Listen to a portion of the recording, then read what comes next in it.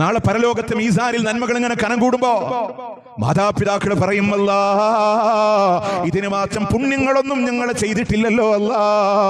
അവിടുന്ന് പറയുമെന്നാണ്, ഇസ്തിഗ്ഫാർ വലദിക്കലക, നിന്റെ മകൻ നിനക്ക് വേണ്ടി ഇസ്തിഗ്ഫാർ ചെയ്തതാ, നിന്റെ മകൻ നിനക്ക് വേണ്ടി ഇസ്തിഗ്ഫാർ ചെയ്തതാണ്. ആ സമ്മാനം കൊടുത്തൂടെ, ആ സമ്മാനം കൊടുത്തൂടെ, അവർക്ക് വേണ്ടി ദുആ ചെയ്തൂടെ, അവർക്ക് വേണ്ടി പൊറുക്കലിനെ തേടണേ, അവരുടെ കരാറുകൾ നിറവേറ്റാനുണ്ടെങ്കിൽ പൂർത്തീകരിച്ചു കൊടുക്കണേ, അവരുടെ കടബാധ്യതകളെ തീർത്തു കൊടുക്കണേ, അവരുടെ വസിയത്തുകളെ നിറവേറ്റി കൊടുക്കണേ.